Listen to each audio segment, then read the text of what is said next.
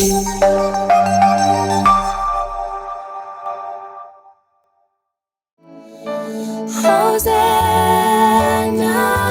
Hosanna, Hosanna in the highest. यीशु का नाम सुखदाई, भजन करो भाई, ये जीवन 2 दिन का। यीशु का नाम सुखदाई, भजन करो भाई, ये जीवन 2 दिन का। ये जीवन है माटी का पुतला, ये जीवन है माटी का पुतला, धक्का लगे तो गिर जाए, ये जीवन 2 दिन का। আদি পুস্তকের 3 অধ্যায়ে আমরা 19 পথে এই বাণী শুনি।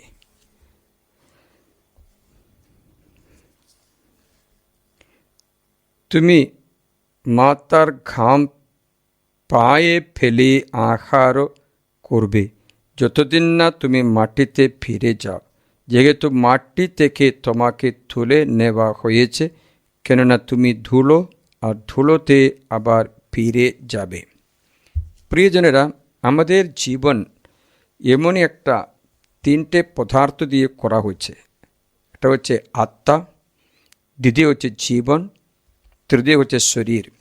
সত্যি কথা বললে আমরা জীবনটাই আত্মা আছে, কিন্তু আমরা শরীরে বাস করি, আমাদের একটা জীবনও আছে। ক্রিয়াশীল একটা আত্মা এবং জীবন্ত একটা শরীরে তা বাস করি। প্রথম থেসলোনিয়াতে সেই কথা স্পষ্টভাবে সাধু পৌল বলছেন। 5 অধ্যায়ে 19 পদে, তোমাদের 23 পদে, স্বয়ং শান্তিবিদাতে ঈশ্বর পূর্ণমাত্রা তোমাদের পরিপুত্র করে তুলুন, তোমাদের সমস্ত আত্মা, প্রাণ ও দেহ আমাদের প্রভু যীশু খ্রিস্টের সে দ্বিতীয় আগমনের জন্য অনন্তনীয় হয়ে রক্ষিত হোক। আত্মা, শরীর, প্রাণ। এখানে আমরা আজকে পরশ বুধবার পালন করি। পরশ বুধবারে আমাদের স্মরণ করে দিয়েছে শরীর মাটি থেকে গড়া, মাটিতে ফিরে যাবে। অন্তরে থাকা আত্মা এবং জীবন স্বর্গোন্মুখ, স্বর্গে যাবে। সেই আত্মা এবং শরীর এবং প্রাণ 3টে অনিয়ন্ত্রণীয়, মানে কোনো খুঁত বিনা, কোনো পাপ বিনা রক্ষা করতে এসে বলছে। কারণ আমাদের জীবন পৃথিবীতে শেষ নয়, পৃথিবীতে শুরু মাত্র আছে, প্রারম্ভ মাত্র, যে সমাপ্তি নেই। যেমন মাতৃগর্ভে জীবনটা শুরু হচ্ছে, সমাপ্তি নয়। 9 মাসের পরে মাতৃগর্ভে ছেড়ে চলে আসবে মাটির গর্ভে, সেখানে 90 নেই 100 বা 120 বছর পরে মাটি থেকে প্রস্থান করা হবে স্বর্গে অথবা নরকে। স্বর্গে প্রস্থান করা যে ঈশ্বর আমাদের সৃষ্টি করেছেন, বাইবেল দিয়েছেন, বাণী দিয়েছেন, পাপমোচন দিয়ে সব কিছু দিয়েছেন। কিন্তু মানুষ যখন পাপ করে এই মৃন্ময় শরীর মরণশীল হয়ে যায়, না তো এই শরীর অক্ষয়শীল শরীর হয়ে যায়। তাই আজকে আমরা স্মরণ করছি, আমরা পাপময় শরীরে বাস করি, এই শরীর ছেড়ে আর একটা শরীর নেবই। যেমন প্রজাপতির পুক্ষা, প্রজাপতি হওয়ার আগে শরীর ছেড়ে পুক্ষা অবস্থা থেকে এবং জীবন্ত প্রাণী অবস্থায়, উড়ন্ত প্রাণী অবস্থায় পরিণত হবে, তেমনি আমাদের জীবনে একটা পরিণাম হবে। তার জন্য ঈশ্বর আমাদের বলছেন, মন ফেরাও, তোমরা যেন মরণের পরে জীবন নরকে না যায়। তাই যোবের গ্রন্থ 42 অধ্যায় 6 পদ লেখা আছে, আমি ধুলোতে বসে অনুতপ্ত করি, কারণ আমার পাপের জন্য অনুতপ্ত হয়ে। মানে হচ্ছে মানুষ পাপ মোচনের জন্য অনুতাপের সূচনায় নিনিবে নগরীতে রাজা এবং জনগণ ধুলোতে বসে, ছাইতে বসে, মাথায় ছোটের কাপড় পরে ছাইতে বসে উপবাস করে, যেন শরীরে কৃত সমস্ত পাপ মোচন হয়, আত্মা পরিশুদ্ধ হয়। তার 3টে উপায় বাইবেল বলছে, প্রার্থনা, উপবাস এবং ভিক্ষা দানে আত্মা এবং প্রাণ পরিশুদ্ধ করে শরীরকে আমরা বিশুদ্ধ করতে জন্য পারি। এই ভস্য বুধবারে আমরা স্মরণ করা যায় আমাদের আত্মা, শরীর, প্রাণ 3টেই রক্ষা করতে আছে। যিশু নিজেই ওটা ওবামা বলে আমাদের স্মরণ করে দিচ্ছে। লাজার এবং ধনী মানুষের কথা, লুকানো মঙ্গল সমস্যার কথা লেখা আছে। ধনী মানুষ কি হলো, ভালো মতো খেয়ে শরীরে মাত্র দেখাশোনা করলো, লাস্টে মরে গিয়ে মাটি দেওয়া হলো, পাতালে চলে গেল, ভীষণ কষ্ট পাচ্ছে। কিন্তু ওই ভিক্ষারি, ওই গরিব মানুষ কি হলো, তার বিশ্বস্ততায়, তার বিশ্বস্ত বিশুদ্ধ জীবনে মরণের পরে স্বর্গে গমন করেছেন। কোনো অসুবিধা জীবনে হয়নি। মরণ পর্যন্ত অসুবিধা হলো, মরণের পরে হয়নি। আমরা এখন বসবাসে চিন্তা করি মরণের পরে জীবনের জন্য। পৃথিবীতে আমরা আমোদ বিমোদে মগ্ন হলে মরণের পরে জীবন কীরকম হবে জানা যাবে না।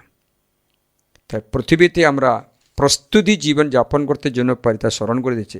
লোকের মঙ্গল সমাজে 16 অধ্যায়ে 22 থেকে এই ভিক্ষারির কথা বলে। ভিক্ষারি মারা গেল, শরীর পুরা খায়ে ভরা, কিন্তু আত্মা এবং প্রাণ ঠিক ছিল। যেমন আমার আটটি ঠিক ছিল, সালসা পচে গেল অথবা রোগগ্রস্ত ছিল, অসুবিধা নেই। আমরা কোনো বিষয়ে চিন্তিত করতে হবে না। এই অনন্ত জীবন আছে, eternity, God has deposited eternity into us. আমাদের অন্তরে ঈশ্বর অনন্ত জীবনের আশা রেখেছে।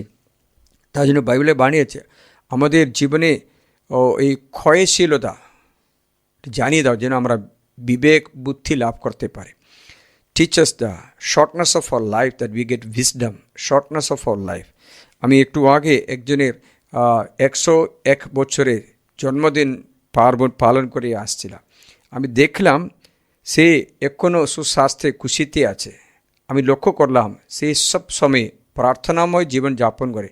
এখন তার কোনো আনন্দ নেই, সব কিছু দানশীল করতে দেয়। সব কাপড়গুলো দেওয়া হচ্ছে, অন্যদের দিয়ে দিয়েছে, যে অন্যদের দিয়ে দিয়েছে, আমার দরকার নেই, কোনো অ্যাটাচমেন্ট নেই। যে জীবনে এমনই প্রস্তুতি করতে আমি দেখতে পেলাম যে সে অনন্ত জীবনের জন্য প্রস্তুতি হয়ে থাকে। পার্থিব কোনো আকর্ষণ তার আর নেই। প্রিয়জনরা, ইতালি ভাষায় একটা বাক্য আছে, quando il corpo si frusta l'anima si aggiusta, quando il corpo si frusta l'anima si aggiusta। যখন শরীর ক্ষয়শীল হতে চলছে, আত্মা এবং প্রাণ বিশুদ্ধ হয়ে পরিপক্ক হয়ে শোভিত হয়ে যায়। মানে হচ্ছে আমাদের আস্তে আস্তে আমাদের শরীর আমরা দেখাশোনা করার সঙ্গে ভুলে না যাওয়া আত্মারই রক্ষা। এই অনুতাপ করতে ভিক্ষাদান, প্রার্থনা, উপবাস, এই তিনটে এই তপস্যাকালে আমরা ধারণ করতে জন্য পারি। নিজ ইচ্ছা অনুসারে আমরা ত্যাগ স্বীকার করতে পারি, উপবাস করতে পারি। উপবাসের সম্বন্ধে কোনটা আছে, বাইবেলে একটা বাক্য আছে, উপবাস মানে কোনো খাবার মাত্র করা নয়। উপবাস করতে মানে হচ্ছে অনেকটা অর্থ আছে। অনেক ব্যক্তিরা খাবার মাত্র উপবাস মনে করছে। খাবারের উপবাস একটা মাত্র আছে, বাইবেল হচ্ছে আর একটা অনেক উপবাসগুলো আছে। সেটা হচ্ছে এখানে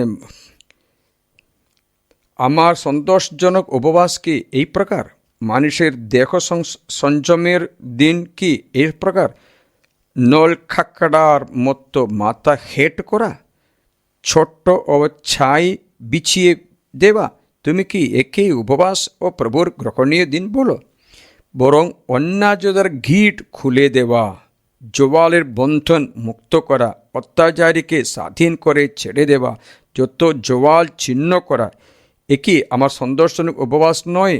ক্ষুদিতের সঙ্গে তোমাদের খাবার ভাগ করে দেওয়া, গৃহহীন দিনহীনকে আশ্রয় দেওয়া, উলঙ্গকে দেখলে তাকে বস্ত্র পরিয়ে দেওয়া, তোমার আপন জাতির মানুষের প্রতি বিমুখ না হওয়া, একই নয়? তবে তোমার আলো উৎসার মতো উজ্জ্বল প্রকাশ পাবে, তোমার ক্ষত শীঘ্রই নিরাময় হবে, তোমার আগে আগে ধর্মমর্যাদা চলবে, প্রভুর গৌরব তোমার পিছু পিছু চলবে।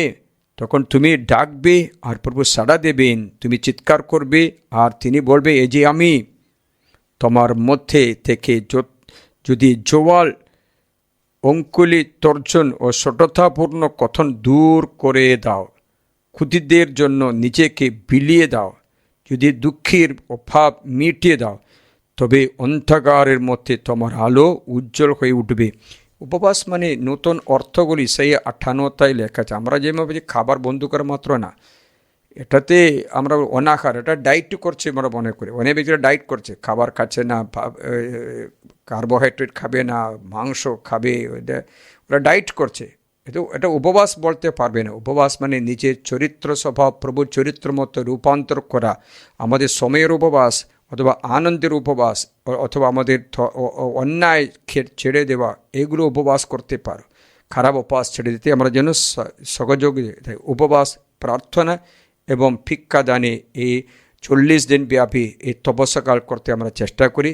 আপনারা যদি প্রার্থনা করি ভালো মতো উপবাস প্রার্থনা করতে এবং প্রভুর সঙ্গে থাকতে ঈশ্বর আপনাকে কৃপা দান করে, আপনার ঘরকে এবং ছেলেমেয়েকে আশীর্বাদ দান করেন।